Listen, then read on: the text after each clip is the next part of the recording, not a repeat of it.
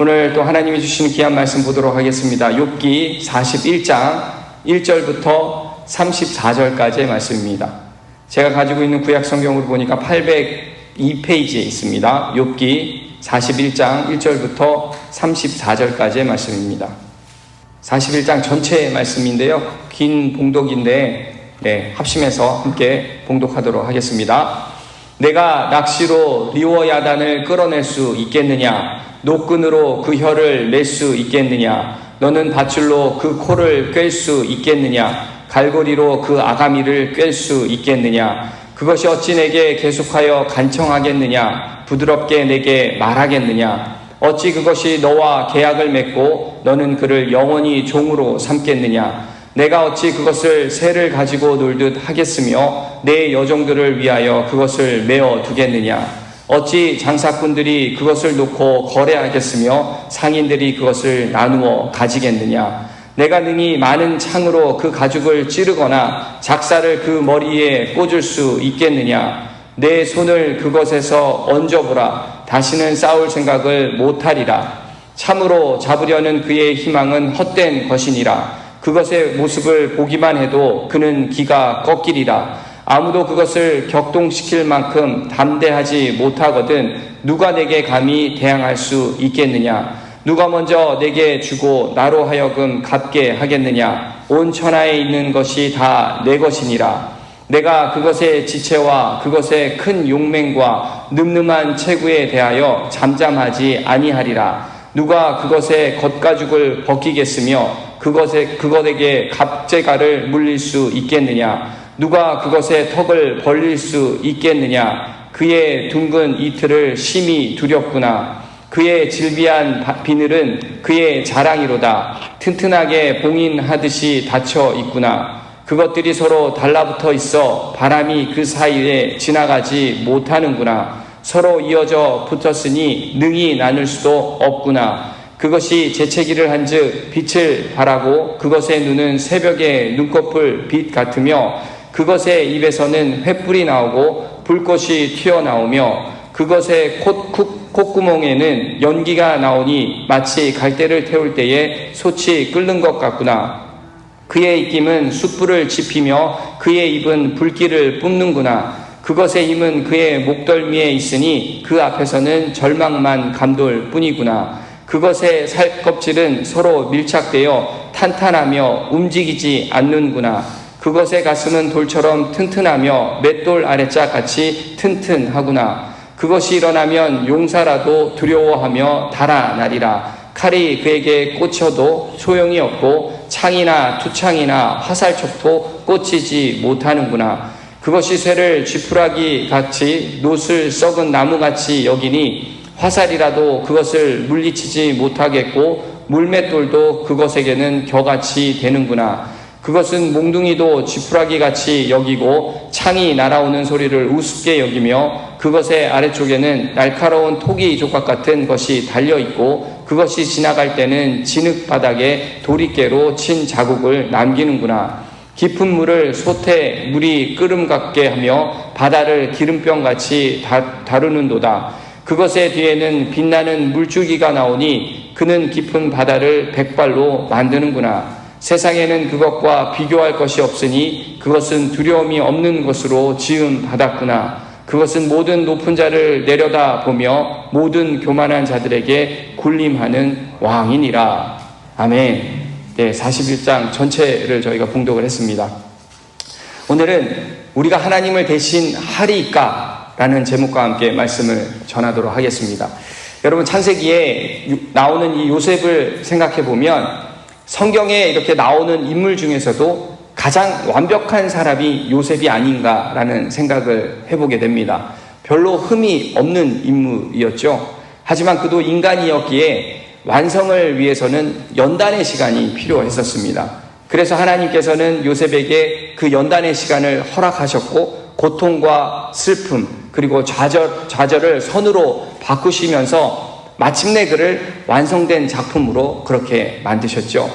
그런 하나님의 의도하심을 안 요셉은 자신에게 이렇게 주어진 삶, 형들이 자신에게 저질렀던 이 악한 일조차도 바로 하나님의 섭리 가운데 이루어졌음을 깨달았던 것이고, 그 깨달음 속에서 요셉은 창세기 50장 19절 말씀에서 내가 하나님을 대신하리이까 하는 신앙 고백과 같은 그런 말을 할 수가 있었던 것 같습니다. 자신에게 한 나라를 좌지우지할 수 있는 힘과 권력이 요셉에게는 있었습니다. 요셉은 그런데 분명하게 선과 악을 판단하는 분은 오직 여호와 하나님이시고 심판과 보상까지도 역시 하나님의 소관임을 분명하게 그렇게 했던 것이었습니다. 요셉의 신앙의 중심에는 이 피조물인 그 자신은 뚜렷한 한계를 가진 존재이고, 하나님은 전지전능하시고 그리고 지식과 지혜가 무한하시고 또 모든 것을 주관하시는 그런 초월적인 능력을 가지신 절대자이심을 확실하게 그렇게 자리 잡고 있었다라는 것이죠. 그런데 우리가 오늘 본문에 읽었던 이 욥은 그런 부분이 없었습니다.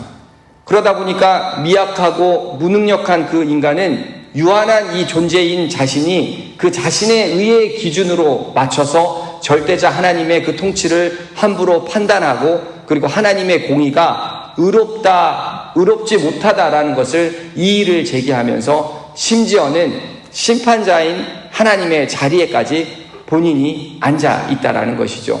그래서 하나님은 그런 욥에게 40장에서는 베헤못이라는 그 동물을 비유로 들면서 말씀을 하셨고, 오늘 저희들이 읽은 41장에는 바다의 동물인 리워야단을 예로 들면서 그 인간의 무능력하고 이 한계를 그렇게 지적하고 계십니다.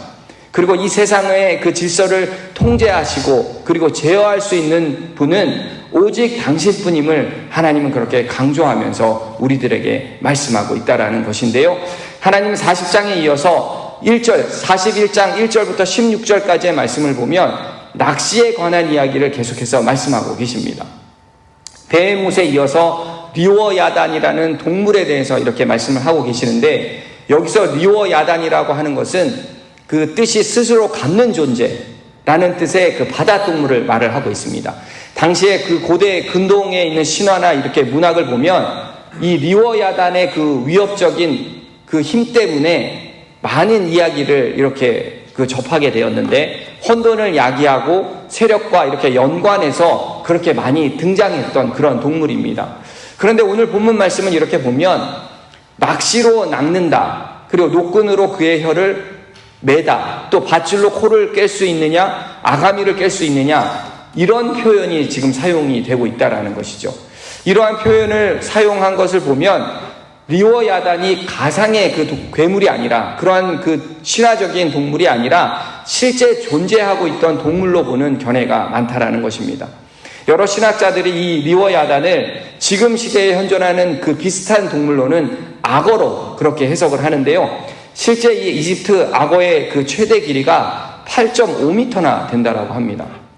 그래서 제가 이 바다 악어를 인터넷에 이렇게 검색을 해보니까 아프리카에서도 이 바다 악어가 발견이 됐거든요.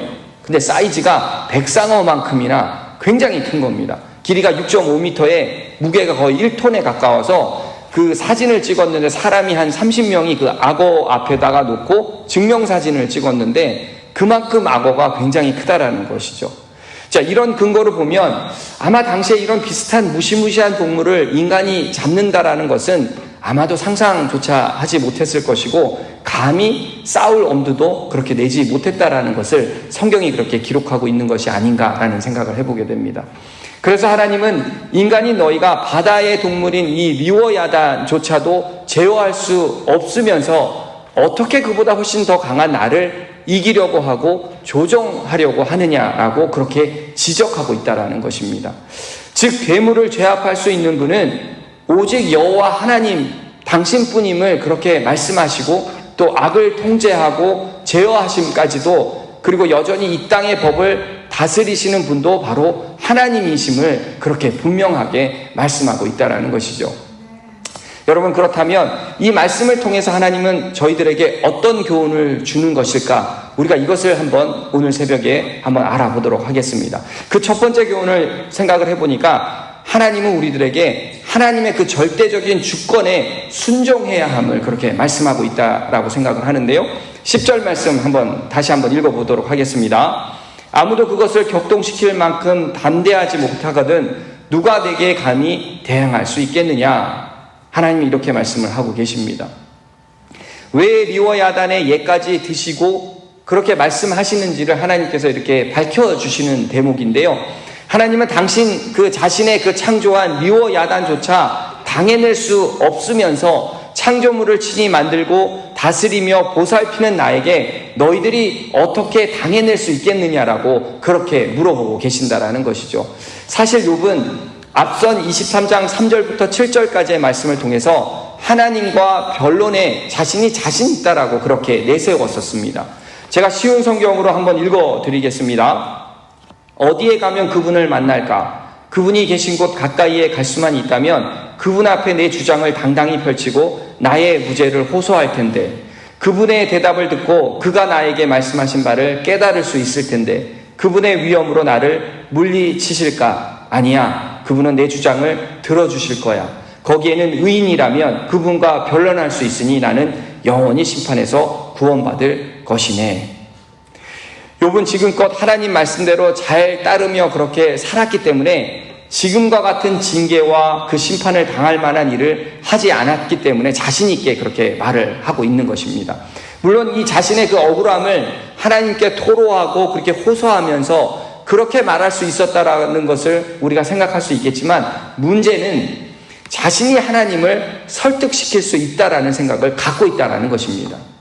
여러분, 우리가 변론을 통해서 하나님을 설득시킬 수 있는 그러한 존재입니까? 또 억울하다고 우리가 호소하고 이미 하나님이 결정하신 그 결과를 바꿔달라고 말할 수 있는 그런 위치에 우리가 놓여 있는 존재일까요? 여러분, 우리가 반드시 인정해야 한다는 것은 그것이 바로 하나님의 절대 주권이라는 것입니다. 절대 주권은 우리가 어떻게 해서 바꿀 수 있는 것이 아니라 온전히 그 절대 주권 앞에 우리는 단순히 순종하면서 나아가는 것이 우리가 해야 되는 몫이고 우리가 놓여있는 그 위치라는 것이죠.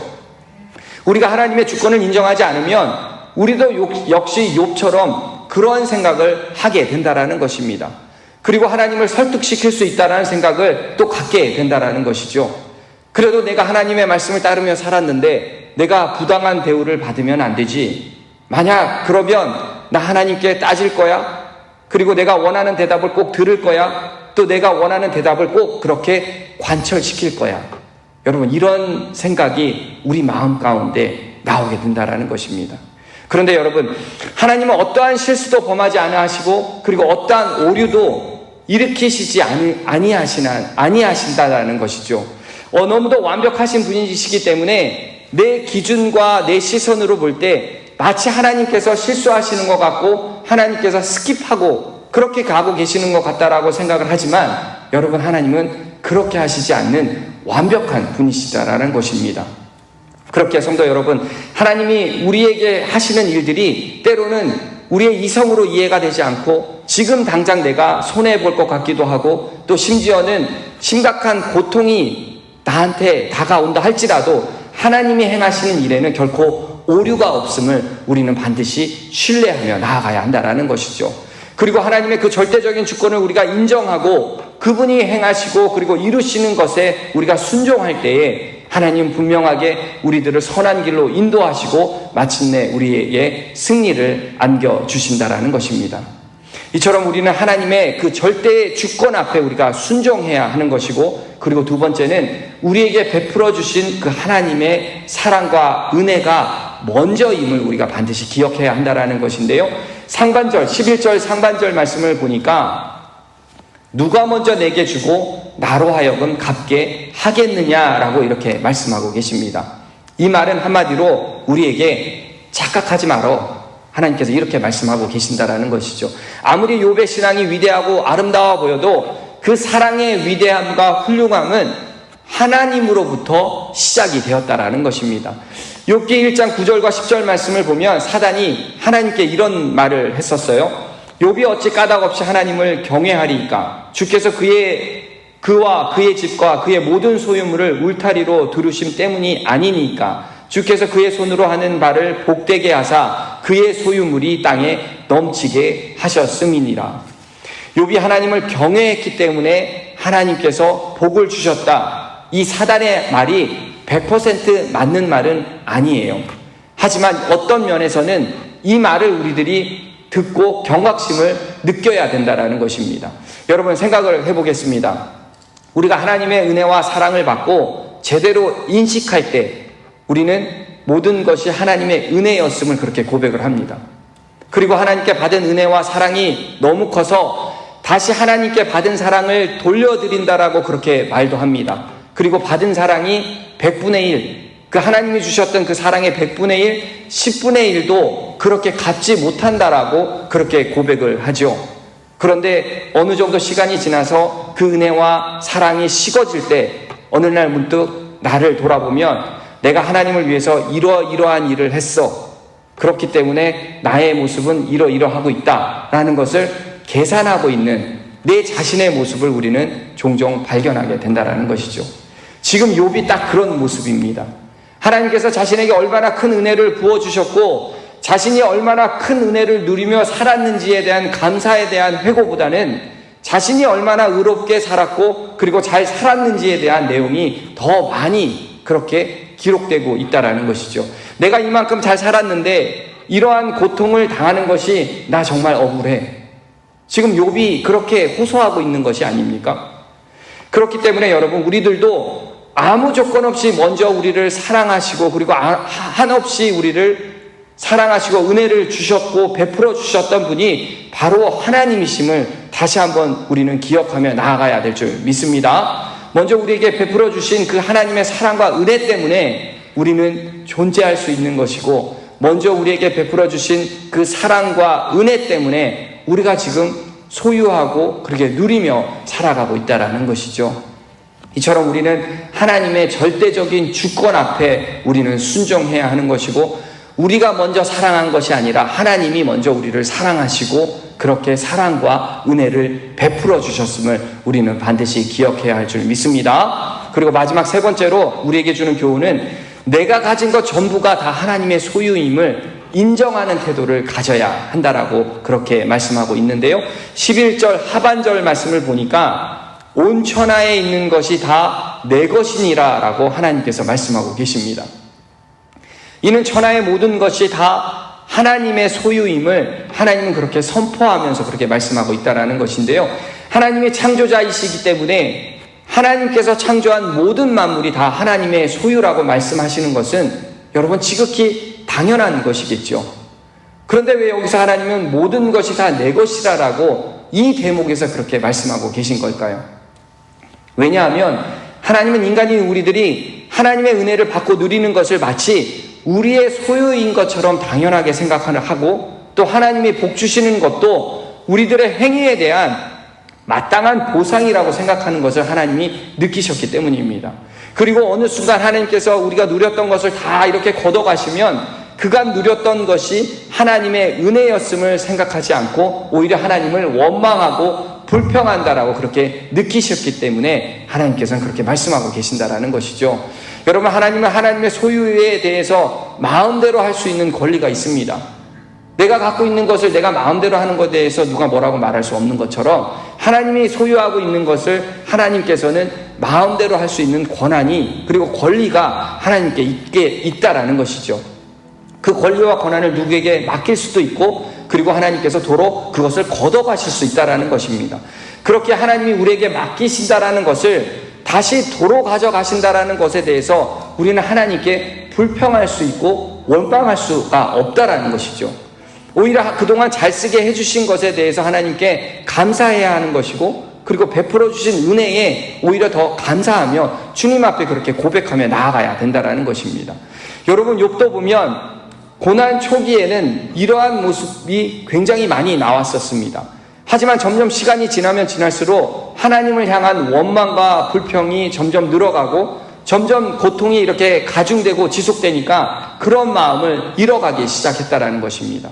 그래서 하나님은 그런 욥의 그 불평과 원망의 모습을 지적하면서 이렇게 말씀하고 계신다라는 것이죠.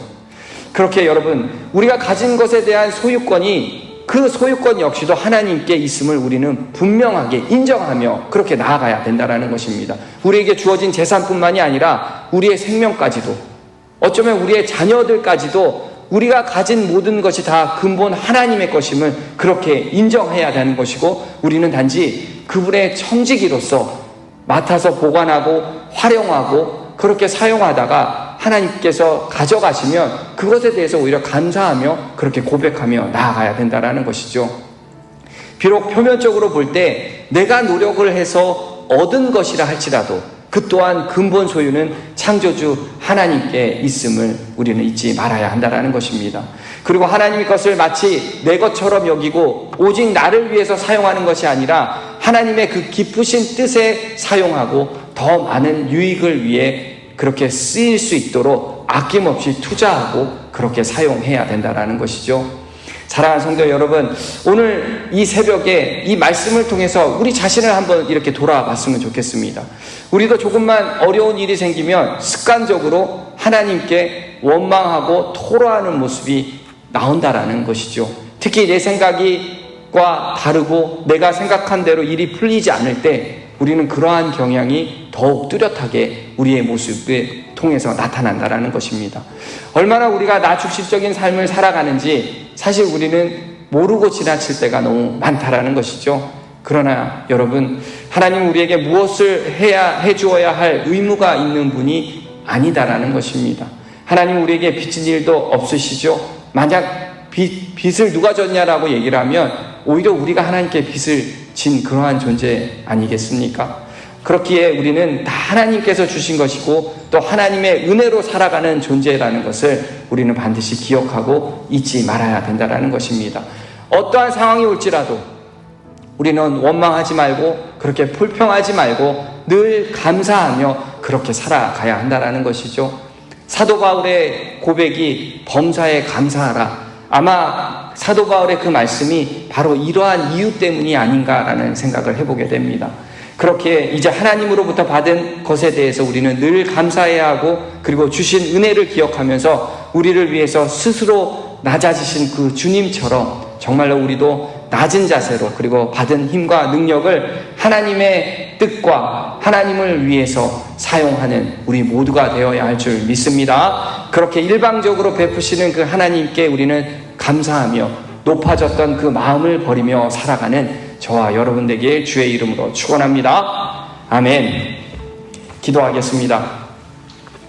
전지전능하신 하나님 아버지, 하나님이 우리들에게 하시는 일들이 때로는 우리가 이성적으로 이해가 되지 않고 지금 당장 내가 손해보는 것 같다 할지라도 하나님, 그 하나님이 행하시는 일에는 결코 오류가 없음을 우리가 신뢰하게 하시고 그리고 하나님의 주권을 인정하며 살아가게 하여 주시옵소서. 먼저 우리에게 베풀어 주신 그 하나님의 사랑과 은혜 때문에 우리가 존재한다라는 사실을 깨닫게 하시고, 먼저 우리에게 베풀어 주신 그 하나님의 사랑과 은혜 때문에 우리가 소유하고 누리며 살아가는 존재임을 다시 한번 고백하며 주 앞에 나아가게 하여 주시옵소서. 하나님, 이제 어떠한 상황 속에서도 하나님을 원망하지 않고 불평하지 않고 온전히 하나님께 감사하며 살겠습니다. 우리를 위해 스스로 낮아지신 그 주님을 바라보며 더욱 낮아진 자세로 우리에게 주신 그 힘과 능력을 온전히 주님을 위해서 사용하는 우리 모두가 되게 하여 주시옵소서. 오늘도 우리에게 주신 그 말씀 앞에 거할 줄 믿사오며